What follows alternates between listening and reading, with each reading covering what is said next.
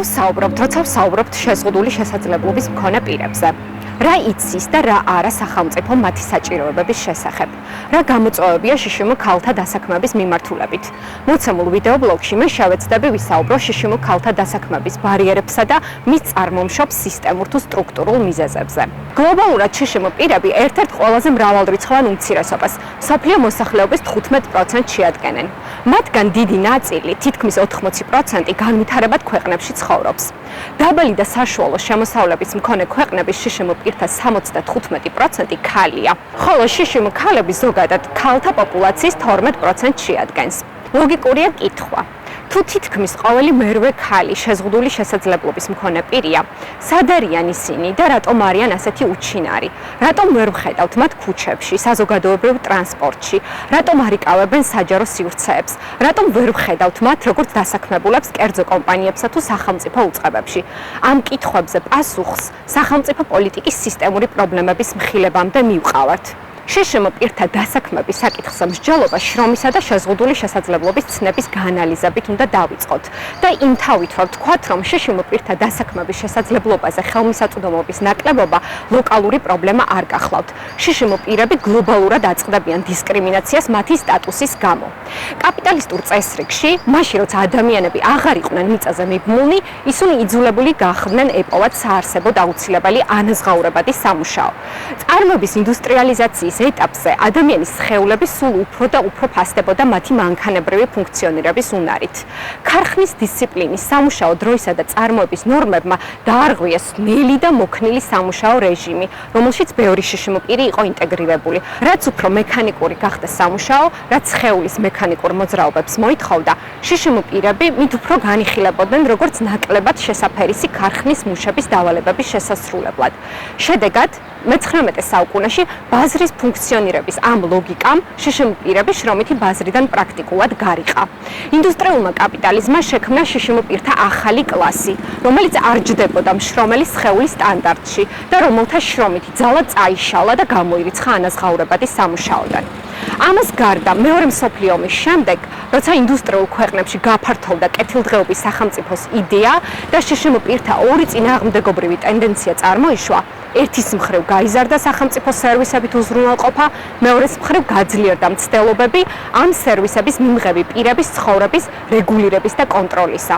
შეზღუდული შესაძლებლობის მდგომარეობა გახდა მნიშვნელოვანი განმსაზღვრელი კატეგორია, რომლითაც ადამიანები გადანაწილდნენ საჭიროებაზე დაფუძნებულ და შრომაზე დაფუძნებულ სისტემებში და შრომის ბაზარმა შშმ პირები სახელმწიფო ზრუნვის სერვისებში გადაამისამართა. ქალების ჩაგვრის დამატებით შრად გვევლინება პატრიარქალურ საზოგადოებაში გაბატონებული სხეულის გაგება, რომელიც ართმევს სოციალურ და ფსიქოლოგიურ სუბიექტობას ყველა იმ ადამიანს, რომლის სხეულით შეიძლება ვერ ჯდებოდეს სხეულის სისტემისეულ გაგებაში. ამასთან შშმ ქალები შშმ კაცებისგან განსხვავებით გაცილებით მეტად ექვემდებარებიან მოთხოვნას ჰქონდეთ იდეალური სხეულები და ზოგადად იყვნენ იდეალურები. რამდენადაც ადამიანები ქალებს უფრო მეტად განიხილავენ თავიანთი სხეულებით, ვიდრე მამაკაცებს. შშმ ქალებს უწევთ როგორც ქალთა ჩაგვრის წინააღმდეგ ბრძოლა კაცების მიერ დომინირებულ საზოგადოებებში, ასევე უწევთ შშმ ნიშნით ჩაგვრის წინააღმდეგ ბრძოლაც იმ მოცემულობაში, სადაც ეგრეთ წოდებული შრომის უნარიანი და შრომის უუნარო სხეულების დიქოტომია დომინირებს. შშმ ქალები ხშირად არიან ეკონომიკური დისკრიმინაციის მსხვერპლნი, რაც გამომდინარეობს დამსაქმებლის მოლოდინიდან, რომ წარმოექმნება დამატებითი წარმოებითი ხარჯები ეგრეთ წოდებული არასტანდარტული დასაქმებული სამსახურში აყვანის ან შენარჩუნების შემთხვევაში. განსხვავებით იმ დასაქმებულებისგან, რომლებსაც არ სჭირდება გარემოს და სამუშაო პირობების მისადაგება. შშმ პირთა დისკრიმინაციის ერთ-ერთი მთავარი მიზეზი სწორედ მაქსიმალური რესურსების მიღების მოლოდინია, მინიმალური დანახარჯებით. საქართველოს კონტექსტში შშმ ქალების დასაქმებისას წარმოქმნილ ბარიერებზე საუბრისას აუცილებელია ვისაუბროთ სახელმწიფო სისტემურ პრობლემებსა და ჩავარდნაზე, რაც ძირითადად პოლიტიკის არარსებობას უკავშირდება. შეზღუდული შესაძლებლობის მქონე ქალები არაერთგვაროვანი ჯგუფია. მათში მოიაზრებიან ქალები ფიზიკური, ფსიქიკური, ინტელექტუალური ან სენსორული დარღვევებით, რომელთაც გარემოში არსებული ბარიერების გამო შესაძლოა ხელი ეშლებოდეთ საზოგადოებრივი ცხოვრების სრული და ეფექტური ჩართულობის გზაზე. ამ ქალების სოციალური მახასიათებლებით სხვადასხვა, ამიტომაც განსხვავებულია მათი საჭიროებებიც, რაც ინდივიდუალურ მიდგომაზე დაფუძნებული პოლიტიკის აუცილებლობას წარმოშობს. შშმ ქალთა საკითხებზე საუბარი შეუძლებელია გაეროს შეზღუდული შესაძლებლობის მქონე პირთა უფლებების 2006 წლის კონვენციის გარეშე, რომელიც შშმ პირთა უფლებებისთვის ბრძოლის ერთ-ერთ მთავარ იარაღად გადაიქცა. კონვენცია ხაზს უსვამს შშმ ქალების და გოგონების განსაკუთრებულ საჭიროებებსა და სახელმწიფო სათანადო ვალდებულებებს, სწორედ მათი საზოგადოებრივი ინტეგრაციის გზაზე დამატებითი ბარიერებისა და დისკრიმინაციის გამო. მიუხედავად იმისა, რომ საქართველოსთვის კონვენციის დებულებების შესრულება 2014 წლიდან სავალდებულოა, დღემდე არ გადადგმულა მისი შესრულებისა და შშმ პირთა მძიმე რეალობის შეცვლისთვის აუცილებელი ნაბიჯები. არსებული სახელმწიფო პოლიტიკის დოკუმენტები არ ასახავს შშმ ქალთა საჭიროებებს. სახელმწიფოს პროგრამები იგეგმება შშმ ქალთა ინტერესების გათვალისწინების გარეშე. შშმ ქალები ჩვენს რეალობაში ერთ-ერთი ყველაზე უჩინარი ჯგუფია.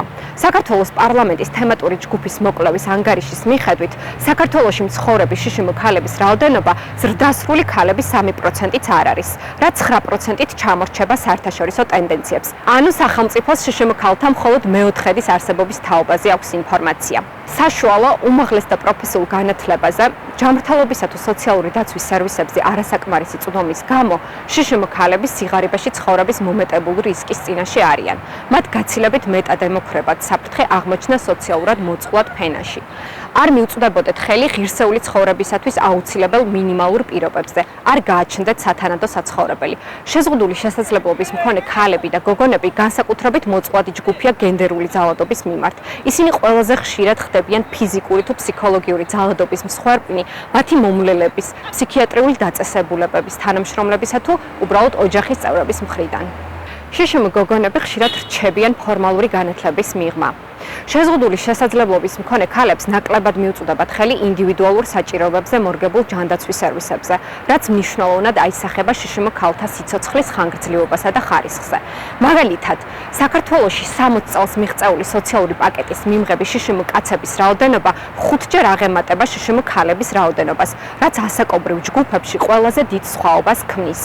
სისტემური პრობლემებისა და სახელმწიფოს უგულებელყოფის ფონზე გასაკვირი არ არის, რომ შშმ ქალთა დასაქმება არა ნორმად, არამედ გამონაკლისად, წახალისებად და უარეს შემთხვევაში ქველმოქმედებად არის აღქმული. ქართულ შრომით ბაზარზე, სადაც დასაქმებული ხშირად ღირსების არ მქონე სუბიექტად არის აღქმული, ხოლო არაადამიანური სამუშაო გარემო და მინიმალური ანაზღაურება ნორმად არის ქცეული, სადაც დამსაქმებელი ორიენტირებულია, რომ მინიმალური ანაზღაურების სანაცვლოდ მაქსიმალურად სრულად აითვისოს დასაქმებულთა ფიზიკური, ინტელექტუალური თუ ემოციური რესურსი, შეზღუდული შესაძლებლობის მქონე ქალები აღქმული არიან ამგვარი ექსპლუატაციისათვის არასათანადო, შეუფერებელ კანდიდატებად და მათ მიმართ არ არსებობს მათი რესურსების სრულად ექსპლუატაციისა და მოხმარების მოლოდინი.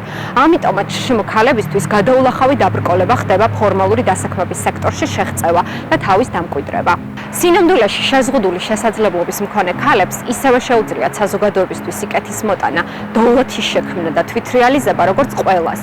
ამისათვის საჭიროა არა გარიყვის და უგულებელყოფის, არამედ ინკლუზიის პოლიტიკა, რომელიც დაინახავს და აღიარებს შშმ ქალს, მისი საჭიროებების და შესაძლებლობების გათვალისწინებით. ამასთან, შეზღუდული შესაძლებლობის მქონე ქალების დასაქმებაზე თანაბარი წვდომის მოთხოვნა არ არის მოთხოვნა ექსპლუატაციაში თანასწორობის შესახებ. იგი თავის თავში მოიცავს მოთხოვნას ღირსეული დასაქმების, ღირსეული ანაზღაურებისა და შრომით პირობების არსებობას ყველასთვის.